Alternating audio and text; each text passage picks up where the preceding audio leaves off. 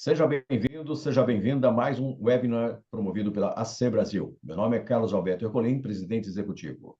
O nosso webinar tem como tema Perspectivas 2025, Desafios e Temas para o Conselho. A AC Brasil é uma associação fundada em 2022. Hoje ela conta com aproximadamente 70 associados. Ela tem como propósito a conscientização e fortalecimento das empresas para que cresçam de forma sustentável e com processos eficientes. Seu objetivo é promover e fortalecer o crescimento sustentável das empresas, aplicando o conhecimento dos conselheiros associados.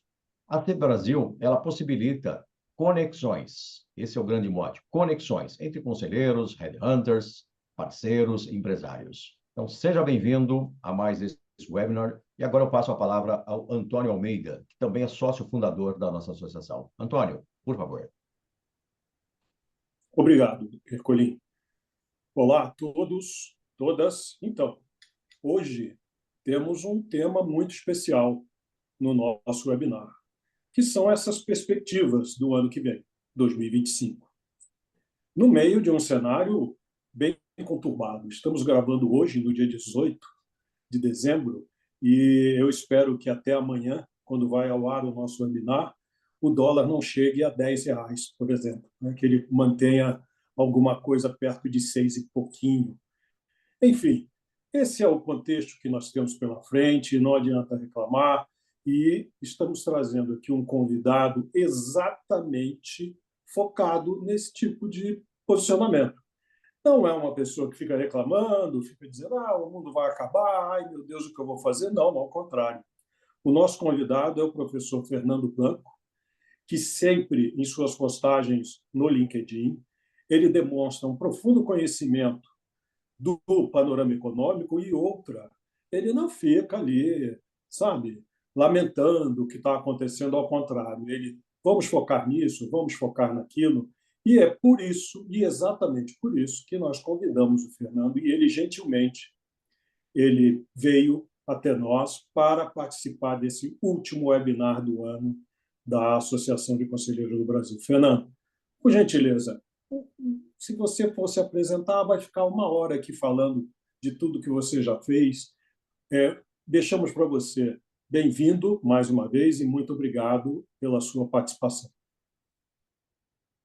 Antônio Ercolim, todos os participantes da ACB, muito obrigado pelo convite. Eu fico honrado com ele e é um prazer dividir aqui a minha visão de mundo, né? Que ela é lastreada no meu histórico de mercado financeiro, mercado empresarial nos últimos 15 anos, em várias posições de conselho de administração e consultivos, e num momento particularmente desafiador para o Brasil e para o mundo, né? Desafiador a gente já viu muito, nós todos que temos aqui cabelo branco, mas os desarranjos do país e a própria modernização da governança do mundo, do Brasil e das empresas, ao invés de facilitarem, parece que estão complicando mais, né? Mas isso a gente vai discutindo ao longo do caminho. Muito bem. Obrigado, Fernando. Bom, tem muita gente que fala das incertezas, né? Estamos falando das incertezas. Eu escrevi até um texto chamado Saudades das Incertezas, e não era sarcástico, pelo contrário. Então, o que você acha, Fernando? Incertezas, ainda dá para a gente falar sobre incertezas? Não, Antônio, não tem incerteza nenhuma. A gente tem muitas certezas. A certeza é um grande desequilíbrio. E esse desequilíbrio não vai e não começou hoje. Ele vem se construindo há décadas, né? E esse desequilíbrio não vai mudar com o novo presidente do Banco Central, não vai mudar com o novo governo que virá, seja lá quem for o presidente, porque você não conserta em uma geração aquilo que foi bagunçado em diversas gerações. Então, porém, como você me apresentou e me deixou muito satisfeito com a apresentação, a questão de nós termos desequilíbrios e problemas pela frente não significa o fim do mundo. é o fim do mundo para os despreparados. Porque gente ruim morre de sede na beira do lago. Agora, os craques, os que estão olhando para o jogo, estão focados e estão procurando aprender os próprios erros, mas principalmente com os erros dos outros, esses saem ganhando na crise. Então, o meu discurso é nessa direção. Eu quero ser craque, eu, na minha carreira, e eu quero que as empresas que eu apoio sejam craques, porque problema pela frente vai ter de monte, mas os craques sobreviverão. E a gente também tem que ver esses problemas em qual dimensão, né? Numa dimensão de estrutura ou numa dimensão de conjuntura? Então, é toda uma. Não é simples a solução da equação. Muito bom, Fernando. Nada de ficar parado nas incertezas. É isso aí. Vamos adiante. O nosso webinar, a gente sempre busca um conteúdo, alguma coisa que possa embasar o nosso debate. E nós escolhemos uma pesquisa muito bem elaborada pelo Sebrae, em que ele pega as PMEs e divide em 4 segmentos. São esses segmentos: quero ser grande, caminho estável, batalha diária e liderança inovadora. 4 segmentos em que ela coloca algumas características desses segmentos. A maioria delas, evidentemente, são do segmento de serviços, muitas e muitas empresas são de serviços. A minoria é do segmento industrial, e por ali, um pouco acima do industrial, fica o comércio, seja ele de varejo, seja ele de atacado. Então, focando nesses 4 segmentos, Fernando, olhando para essa, digamos assim, essa base que o Sebrae nos forneceu, eu perguntaria para você o seguinte: quais são os fatores conjunturais que a gente deve prestar atenção? Por que a gente deve prestar atenção? E SWOT. Eu tinha um chefe que era ótimo nisso. Ele falava: olha, meus amigos, depois do SWOT tem que aparecer o SWOT. O que eu faço com isso? Né? Então, por favor, Fernando, olhando para os 4 segmentos, olhando para esses fatores que você acabou de falar, conjunturais, o que a gente deve olhar com cuidado especial e o que a gente deve recomendar? Legal, Antônio. Bom, o conjuntural do Brasil, principalmente, né, ele está na televisão todos os dias. Não há fator mais relevante para a gestão de uma empresa do que as variáveis macroeconômicas, que no caso do Brasil estão excessivamente exacerbadas, que é a volatilidade do câmbio, a volatilidade dos juros. E quando eu falo juros, não é só a Selic que fica naquele sobe 0,5%, sobe 1%, são juros na ponta, que sempre foram altos no Brasil, porque tem um spread bancário muito grande, só que quando tem uma sinalização de Selic para cima, os agentes econômicos do sistema financeiro, eles botam uma gordura e aumentam ainda mais. Outra coisa, como o cenário é de risco, porque nós temos um cenário de dívida pública, um cenário de déficit público que assusta um grupo de participantes do sistema, e o fator de risco naturalmente faz com que o mercado financeiro reduza a oferta de crédito. Então, numa situação normal, você tem 10 bancos batendo na tua porta tentando te dar um cartão de crédito, seja lá o que for. Na situação atual, tem 2. Ou seja, o que pouca gente entende, e é natural que não entendam, mas é que o custo do dinheiro, ou o preço do dinheiro que a gente paga, ele é fruto da oferta e da procura por dinheiro. E a oferta está muito baixa. Por quê? Porque a economia apresenta esses sinais todos.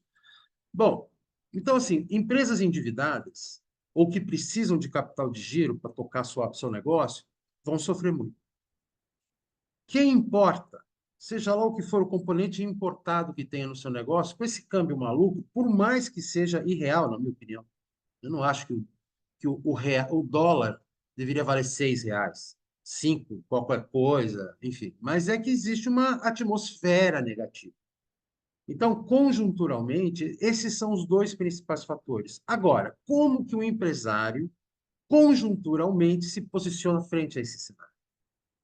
E aí, ele precisa, com a sua diretoria, com o seu conselho, ou com seus consultores ou mentores, seja lá qual for o grupo que adicione conhecimento à decisão dele, porque, no fundo, a gente está falando disso. Empresário é solitário e precisa de ajuda. Quem? Todos. Eu, como empresário do meu negócio, eu preciso de ajuda, porque eu fico, né, com aquela visão de túnel. Então, quais são as decisões que o empresário vai ter que tomar à luz do seu negócio, e cada negócio é um diferente, à luz dessa conjuntura tenebrosa? Esse é o termo, é tenebroso.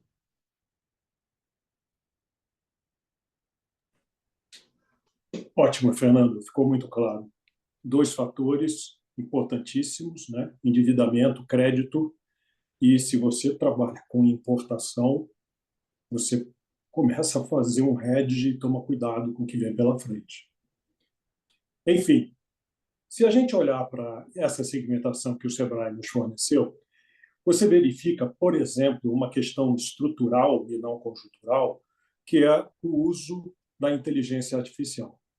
E você vê, por exemplo, no segmento liderança inovadora, a pretensão de uso ou o uso agora, ele já está em 53%. Mas o caminho estável, que é esse outro segmento, está em 34%.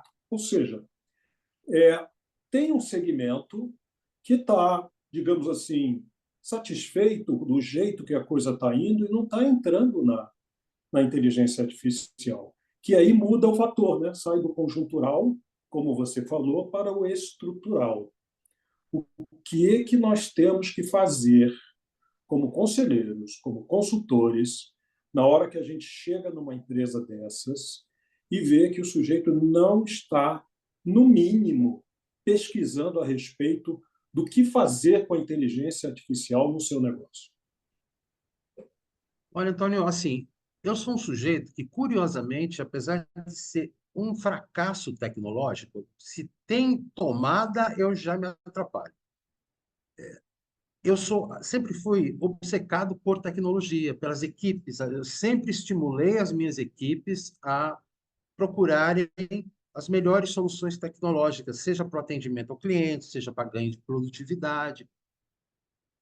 Quando eu vejo algumas empresas, e não são poucas, que não estão dando muita bola para a inteligência artificial, como já não estavam dando bola para os dados, que é uma riqueza que hoje em dia todo mundo tem à disposição. Você pode ter um boteco na esquina ou uma empresa, sei lá do quê, de alta tecnologia. Dados são fundamentais para você conhecer o teu negócio e o teu cliente, né? E o teu concorrente. Ou seja, infelizmente, na minha experiência, porque assim, vale destacar que durante, sei lá, uns 20 anos da minha vida, eu fui executivo de crédito de bancos. E nesse processo, eu sempre convivi com muitas empresas, né? Eu visitei mais de 5.000 empresas na vida. Mas em todo negócio, nós temos uma coisa que é, no Brasil principalmente, que é a centralização que o empresário, o empreendedor tem. Então, ele tem uma coisa, uma tendência a ser onipresente, onipotente, onisciente. Ele sabe tudo. E não dá tempo de saber tudo. E ninguém é bom em tudo. Nesse processo, se o sujeito é um cara, um empreendedor com aquela via vendedora, e eu acho que talvez metade ou mais da metade tem esse viés, a tecnologia fica para trás. Mesmo o profissional, o empreendedor que tem um viés mais de produto, né, que ele gosta do design do produto e tal, quando ele é o financeiro, o marketing, a produção, falta tempo. Então, assim, nesse meu histórico, mesmo lá atrás, quando a tecnologia era coisa de Mickey Mouse comparada com a de hoje, eu cansei de ver o empresário que está muito mais preocupado em fechar o caixa, do que propriamente o desenvolvimento tecnológico. Só que hoje em dia, a tecnologia não evolui, ela dá cambalhota. Você mal começou a entender um assunto, já tem uma outra novidade. Ou seja, deixou de ser negócio para amador. Finanças sempre foi coisa de profissional e sempre foi tratada como amadora. As empresas não têm projeção de fluxo de caixa, a imensa maioria. Agora chega um negócio chamado inteligência artificial que o cara nem olhou em dados antes. Eu falo machine learning, o quê? Machine quem? Ou seja, é muito preocupante. Primeiro, pelo perfil empresarial nosso, que o empresário só valoriza aquilo que ele entende e o que os outros entendem, sabe? Então, assim, eu diria que inteligência artificial ela vai deixar de ser fator de sucesso daqui a um ano ou dois. Ela vai ser fator de fracasso. Quem não tem é analfabeto. É analfabeto, né? Então, assim, eu só queria adicionar dois outros pontos que eu considero estruturais. Um, eu vejo cada vez pior a questão da educação e da formação de profissionais no Brasil. Porque o mundo está cada vez mais sofisticado e nós estamos cada vez mais para trás. Então, é uma coisa assustadora. Então, as empresas têm que cada vez mais pensar na formação, encontrar, treinar e reter os bons profissionais. Isso é uma questão estrutural. E uma outra é a taxa de juros, que por mais que a Selic caia um pouco, nós continuaremos pagando juros na ponta muito elevados. Isso também vai ser um fator estrutural de sucesso ou fracasso para quem souber lidar com isso, né? Muito bom. Falar de educação é um desafio enorme no nosso país. Você conhece bem, porque você é um profissional dedicado também a isso. Você conhece bem esse assunto. Uma das coisas que a gente já debateu na nossa associação é um negócio chamado ambidestria corporativa, que significa o quê? Ao mesmo tempo que você está resolvendo problemas do dia a dia, de hoje, você tem que estar de olho no que está acontecendo e olhando para frente e tratando isso como um assunto também prioritário no seu dia a dia. E a nossa recomendação para os empresários, empreendedores, enfim, donos de PMEs, de modo geral, e de startups, a gente recomenda, meus amigos, é uma recomendação antiga, não é nova. Comece com o conselho consultivo. Comece com o conselho consultivo para você trazer justamente o que você falou nesse trecho. Traga conhecimento.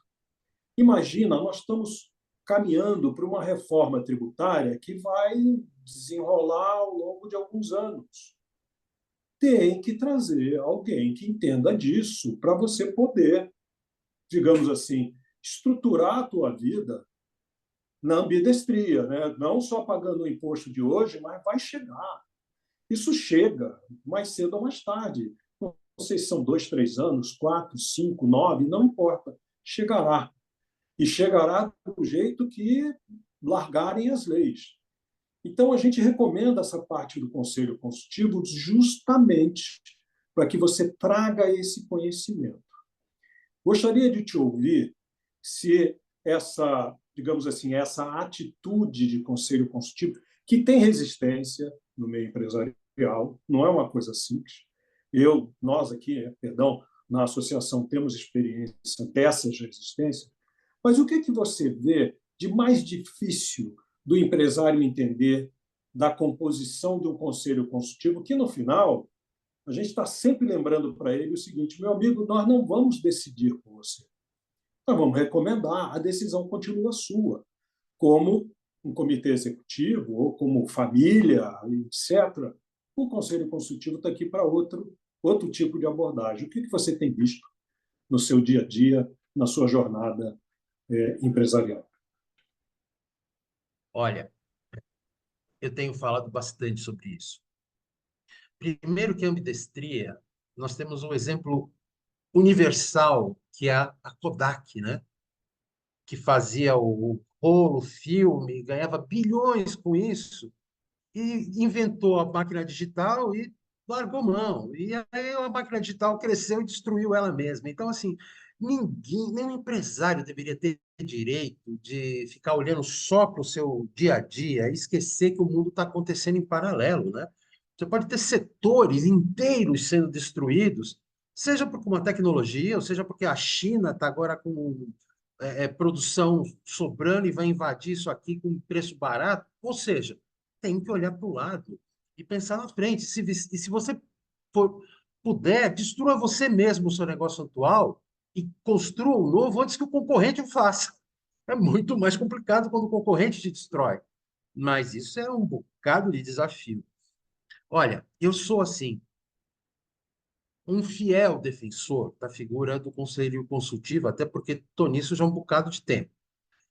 O que acontece, e é um assunto muito delicado, porque vocês conhecem o que é dono de empresa no Brasil.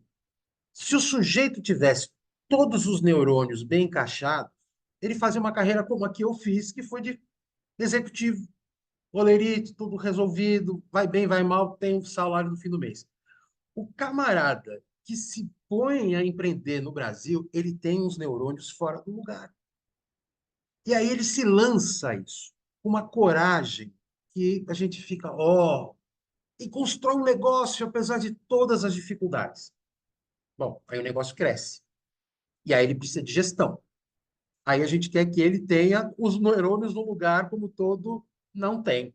Ele continua com aqueles neurônios meio bagunçados que tiraram a empresa do zero até esse patamar e daqui para frente ele resiste. Quase todos são assim. E é curioso que eu tenho vivido isso bem recentemente até, os convites, eles chegam sedutores, porque eu reconheço que eu, a partir de agora, preciso da sua ajuda. Joia. Aí chego eu lá, os 40, quase 40 anos de vida executiva, diz, olha, isso aqui precisa desse processo, isso aqui do banco, você não pode fazer isso aqui. Não, mas veja bem, chega até aqui fazendo assim, exatamente. Daqui para frente você vai quebrar porque você me chamou para isso. Não, mas veja bem, olha, o veja bem, então, é um processo que precisa de quase que você, membro de conselho ou mentor, precisa ser meio que terapeuta, entendeu? Tem que ter uma paciência de Jó, saber massagear as vaidades, porque o empreendedor clássico, ele tem ciúme do seu negócio, ele tem ciúme das próprias ideias. Eu sempre falo, porque eu dou aula disso também, é, eu falo, jovens conselheiros, por favor, aprendam o seguinte, façam com que o dono da empresa ache que a ideia é dele. Não tenta dizer assim, olha, se você me contratou, eu sou um cara brilhante, está aqui, faça. Não, ele não vai fazer. É diferente do que ele fez a vida toda.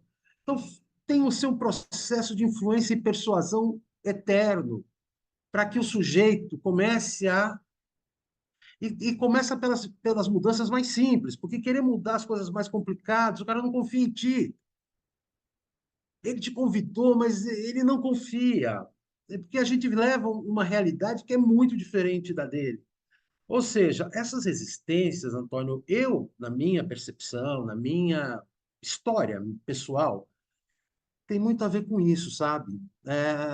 Ele sabe que chegou na tampa da competência dele, precisa de alguém que levante essa tampa mais para cima. Somos nós que temos experiências de multinacional, enfim, mas quando o conflita a realidade, choca a realidade, aí o cara dá passo para trás. Porque, lógico, ele e todo mundo, a gente tem conforto com aquilo que a gente sabe fazer. Vem um cara e manda fazer de um jeito diferente que a gente não entende, pumba, cria-se a resistência. É humano. Então, junto com o conselho, devia ter o terapeuta do cara. Ah, mas caras assim não costumam ter terapeuta, porque eles são tão pilhados e autoconfiantes e tal. Então, tem que ter? Tem, mas eu acho que, como a gente está chegando agora num patamar de empresa, os conselhos consultivos estão chegando agora num patamar de empresa desse donão mesmo, sabe? Esse macho alfa, aí a gente tem que mudar um pouco o discurso. Porque a grande empresa, mesmo as nacionais, meio conglomerados, então, esses caras já apanharam lá atrás, né? Já contrataram consultorias internacionais para falar de conselho de família, conselho de administração, comitês de governança. Esses caras estão mais treinados. Eu conheço alguns, inclusive, que tem tudo isso, mas que todo mundo é pago para ficar quieto. Quem fala é o dono da direção, mesmo não sendo mais executivo. Isso acontece. Muita fantasia, achar que a governança tem limites, conselho tem limites. Então, é um assunto bacana, né? Dava para fazer um outro webinar só sobre isso, né? Só sobre empresa familiar, e vai por aí afora. Fernando, é, estamos caminhando para as nossas últimas perguntas e eu queria destilar providências, digamos assim. Eu falava muito isso no meu tempo de executivo. A gente saía, às vezes, no tapa nas reuniões, literalmente, às vezes, no tapa, e, no final, a gente tinha que destilar. Tá bom, eu saio daqui com o SWOT e, para mim, está claro que você deixou cuidado com essa história do crédito. Meus amigos, se você está alavancado, olha para esse negócio, olha como é que você vai gerar caixa para pagar esse negócio. Se você trabalha com importação ou exportação, olha que esse câmbio está doido mesmo. Não fica achando que isso vai se resolver da noite para o dia. E olha, contrate conhecimento, né? Não vamos esperar que ele tenha a humildade de requerer isso, contratar conhecimento, mas é nossa obrigação, como conselheiros, chegar lá de uma maneira mais adequada. Eu queria te dar um exemplo prático que eu vivi. E esse exemplo foi determinante na minha carreira. Quando eu estava me aposentando, e faz tempo, e aconteceu uma coisa muito interessante. Eu fui convidado, quando eu saí da vida executiva, para participar de uma outra empresa. Eu nunca que imaginei que eu ia participar de uma outra empresa. E era uma startup de estratégia digital. E nós tínhamos um problema naquela época, 2013, muito tempo atrás, que era o seguinte: a gente vendia e instalava, prestava serviço de implementação de plataformas digitais, que era um assunto no Brasil incipiente a inexistente, entre esses dois pedaços. Nós tínhamos uma dificuldade enorme, não só de falar sobre estratégia digital, mas especialmente de falar das plataformas, porque nem os profissionais de tecnologia do cliente entendiam daquilo.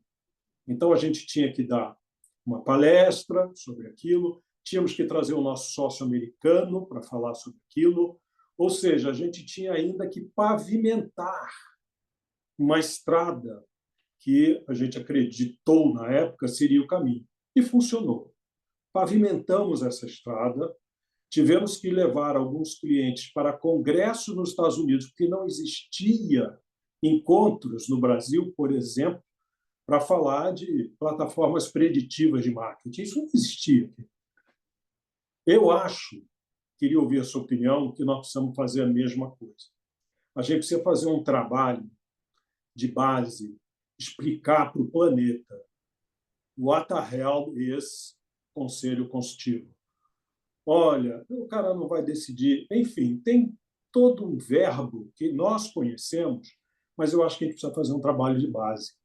O que você acha com relação a isso? Você acha que isso seria simpósios, seminários, treinamentos, enfim, encontros, summits, para especificamente explicar para o pessoal que é dono, e, aliás, até saiu aquela pesquisa, né, contratada pelo Banco Itaú, que é a cabeça de dono, que é muito interessante, como eles mesmos admitiram que estão exaustos de fazer várias coisas ao mesmo tempo, às vezes até porque não tem processo para fazer essas coisas, né?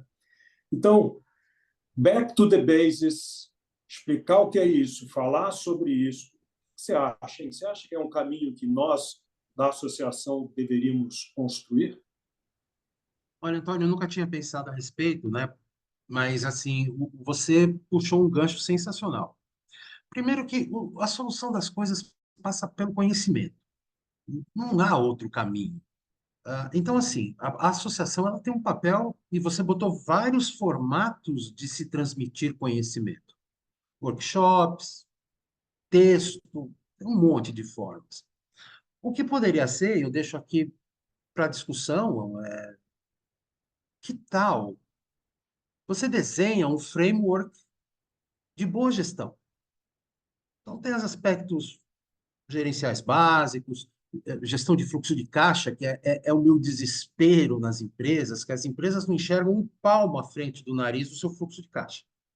É uh, marketing, internacionalização, precificação, seja lá o que for. Desenha-se um framework para quê? Para mostrar nesses projetos de comunicação, de conhecimento para as empresas, sim, olha o que é uma empresa bem administrada nesse campo, nesse campo, nesse campo, nesse campo. E os especialistas todos da ACB, eles vão aportando sua dose de sabedoria em cada um desses temas e mostrando, e aí sim, num guarda-chuva, como um conselho bem estruturado pode funcionar para benefício da empresa. Mas primeiro você tem que mostrar para o cara, sem dizer que ele faz errado, mas mostrar o que deve ser feito e que ele vai ficar assim, puta, isso eu não faço. Não, aquilo eu também não faço. Isso daqui eu faço pela metade. Ah, isso aqui eu faço arame barbante. E aí você cobre quando diz assim, olha, a governança pode ser isso. A governança não vai dizer faz, obriga, não sei o quê. Não. Te, é consulta, né? Alguns devem ler coisas sobre o conselho de administração, que aí, puta, os bens pessoais dos conselheiros estão no jogo, aquela confusão toda. Não, conselho consultivo, é um negócio muito mais leve. Então, essa era uma proposta. Acabou de nascer aqui.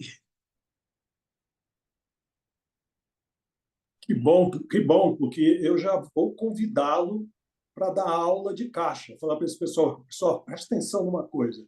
Ah, contas a pagar, contas a receber, tudo isso é uma mas caixa. Presta atenção no fluxo de caixa. Cuidado que você vai acabar pegando dinheiro emprestado daqui a 40 dias.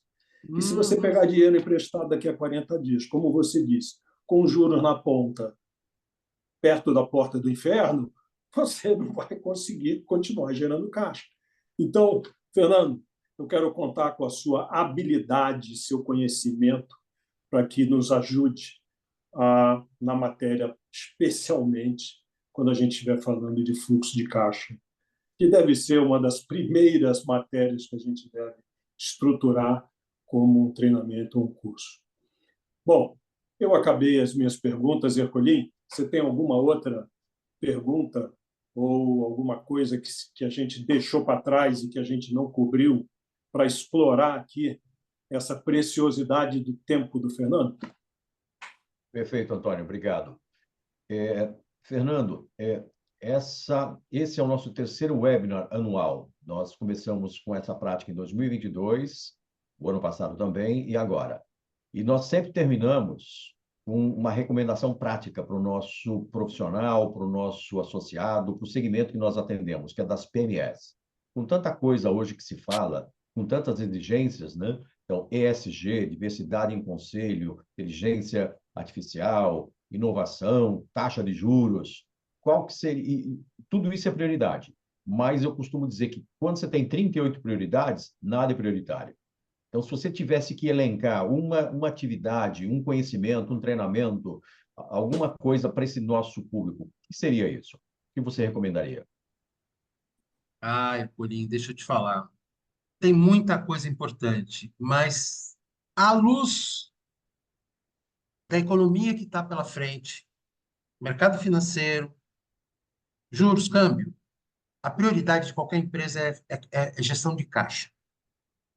Gestão de caixa. O que não significa que não, porra, não precisa se preocupar com o resto, não, vai ter que se preocupar com tudo. Mas gestão de caixa, por exemplo, assim, todo mundo fala do EBITDA, EBITDA, EBITDA, EBITDA. Assim, eu sou um cavaleiro do apocalipse contra o EBITDA. Porque o EBITDA mais ou menos não serve para nada. Ele é uma proxy de geração de caixa operacional mentirosa. Porque o Antônio deu a dica.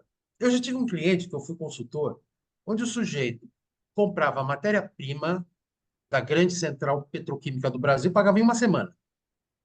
E vendia para lojas americanas, essa famosa aí, que pagava para ele em 6 meses, 8 meses, 9 meses, quando ele dava na telha. Ou seja, a cada vez que o sujeito vendia uma unidade do produto dele para a loja americana, ele metia um prego no caixão do fluxo de caixa dele. Que abriu um rombo de 6 meses, em média. Ou seja, ele ia tomar um monte de crédito no mercado. Esse crédito tinha um custo bárbaro que ele não punha na planilha de custos, porque ele punha na planilha de custos matéria-prima, imposto, salário e os juros. Ah, aí ele mostrava para todo mundo que ele tinha um baita lucro. Comprava, o custo era 5, vendia por 10, tinha 5 de lucro. Mentira! Tinha um buraco ali dentro. quase quebrou. Por quê? Porque não se preocupava com gestão de caixa. Tinha um sistema de controle de caixa? Não. Fazia projeção de fluxo de caixa? Não. Tinha um CFO? Não. Tinha um coitadinho lá que manipulava umas planilhas. Ou seja, o descaso com a gestão do fluxo de caixa, que é muito além de contas a pagar e receber, pagar em dia e cobrar, é muito além. E depois você precisa se endividar, porque quase toda empresa no Brasil tem um buraco de caixa. E aí, vai negociar com o banco? Os caras sabem? Não, não sabe. Palavra de quem ficou 30 anos dentro de banco. Eu vi as bobagens que os caras falavam para mim. Eu vi a forma que eles se apresentavam para mim. Depois eu tinha que levar para um comitê de crédito, que às vezes eu já fui até o presidente do comitê de crédito, já fui comercial também do banco. Eu falei, gente, esse mundo de banco é outro capítulo importantíssimo. E aí, Antônio, já que vocês vão trabalhar talvez uma formação para os associados, é uma coisa encaixada uma na outra, que é a gestão de fluxo de caixa e como é que engata o financiamento da necessidade de fluxo de caixa, que é banco. E as pessoas não sabem lidar. Eu, no meu papel atual, eu construo um book de crédito para o meu cliente. Por quê? Porque os caras chegam lá, tudo, oi, tudo bom? Estou precisando de. Os caras ficam olhando assim, conte-me mais. Não sei. O cara cheira que a gestão de caixa é uma zona. Aí ele olha assim, pera um pouco. Tu precisa de quanto mesmo? 20? Te dou 2. E vai descontar duplicata por aí. Moral da história, o empresário entra sem força, entra, não tem poder de barganha, porque se apresenta mal. É como ir no casamento de bermuda, chinelo e dizer assim, pô, por que ninguém quer casar comigo? Desse jeito, quem quer? Ou seja, ah, essa é a prioridade, Ercolim. Todo o resto é importante, mas sem isso o cara morre, vai morrer no meio do caminho. Tá? Desculpe se eu sou um pouco negativo, mas tem solução. Fale com a CB, fale comigo, que a gente tem jeito para isso. Ótimo, ótimo, ótimo, Fernando. É isso, eu faço um paralelo disso quando a gente está falando de marketing, está falando do comercial e o sujeito não sabe o custo para gerar receita, entendeu? Ele não sabe quanto ele precisa gastar todo mês para gerar aquela receita. Então, ele mistura os custos. Então, ele fala, não, eu tenho que... Não, meu amigo, calma. Você tem uma equipe de vendas? Tem. Ah, você tem canais de venda? Ah, tem. Você tem empresa que faz seu marketing digital? Tem. Então, tudo isso é custo para você vender. Eu não estou nem falando que você já abriu a porta da tua empresa. Estou dizendo o seguinte, para botar a venda para dentro, você já está gastando dinheiro. E se você não separar essa, digamos assim, esse conjunto do resto, você não vai saber o que você está vendendo. Se você está vendendo, no mínimo, com margem, né? Com uma pequenina margem para pagar o resto. Então, eu acho que é o mesmo caso. Eu colocaria isso na prioridade 2. Primeiro, você tem que saber se o caixa dele vai dar para ele sobreviver. Segundo, você sabe quanto você gasta para vender, né? Você sabe quanto que Antônio. você tem de margem líquida de verdade das Hum. tuas vendas? Antônio, deixa eu complementar duas coisinhas que eu vejo Claro. nessa minha história. Uma é o bolso do dono com o bolso da empresa, que se misturam. E que é um horror. Eu não tenho nada contra o dono tirar dinheiro da empresa, mas que ele, na contabilidade, nem que seja na gerencial, organize esse troço. Porque depois reclama que não tem dinheiro. Ah, minha empresa, porque o governo, porque não sei o que, mete o pau em todo mundo, os bancos.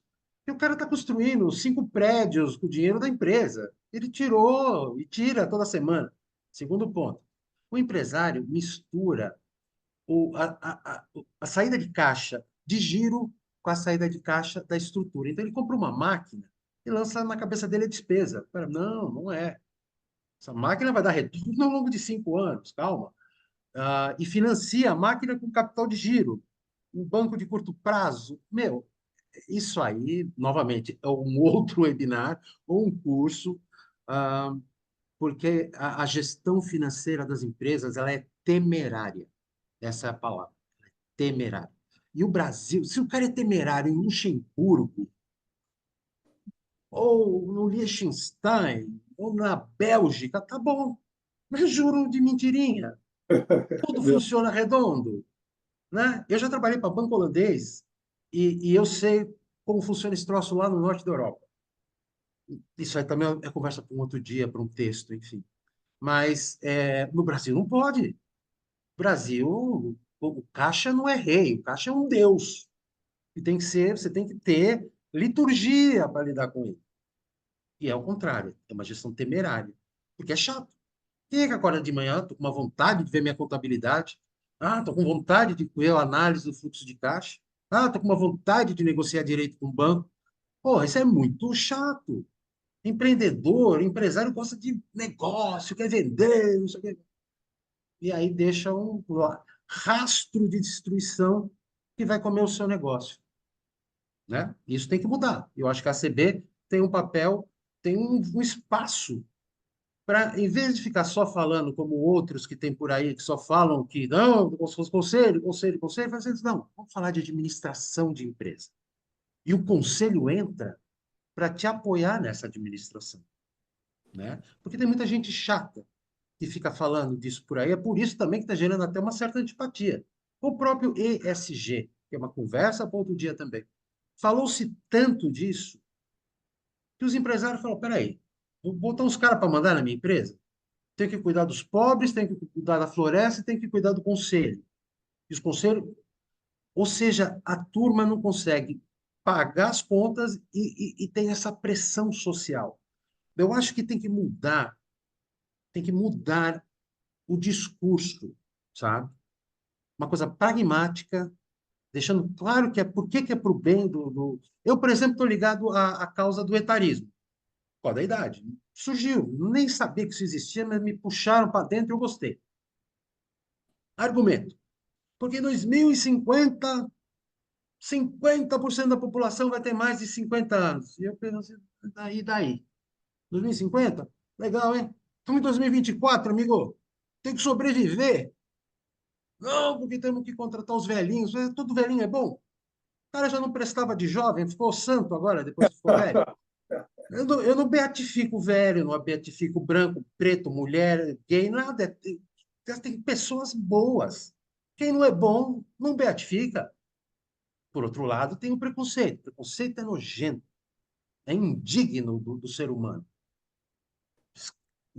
Cai fora com esse preconceito e cai fora com essa coisa xiita que todo mundo tem, é devedor da sociedade. Então, eu acho que assim, eu estou dando muito palpite para quem está chegando agora. Mas, assim, eu acho que a CB tem um papel fundamental de mudança, sabe, desse discurso chato, cobrança de imposição, para um conceito de vamos ensinar os empresários que são abandonados a terem uma melhor gestão do seu negócio. E o conselho é um caminho. Valeu muito, Fernando. Muito acima das nossas expectativas a nossa conversa, muito acima. Eu quero agradecer mais uma vez a sua paciência de estar aqui, o seu tempo Prazer. dedicado e dizer para você que realmente a Associação de Conselheiros do Brasil nasceu numa cabeça diferente, num, num viés diferente.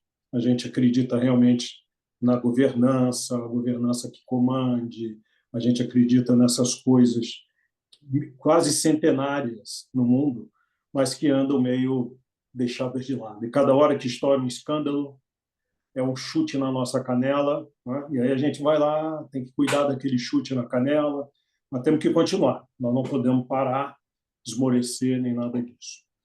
Esse webinar foi ótimo, o último do ano, e eu vou deixar agora, evidentemente, você as suas considerações finais, Fernando, e, na sequência, o Ercolim fechará o nosso encontro. A vocês que nos escutaram até agora, tiveram também a paciência de nos acompanhar, meu muito obrigado, um ótimo Natal, um ano novo de muita saúde e serenidade. Serenidade, pessoal, nada de desespero. Se ficar desesperado é pior. Então, que Deus abençoe a todos e um ótimo 2025. Fernando, por favor, seu fechamento. Obrigado, Antônio. Obrigado, Ercolim. Obrigado a todos que pelo convite da associação, de quem está aqui com a gente até agora.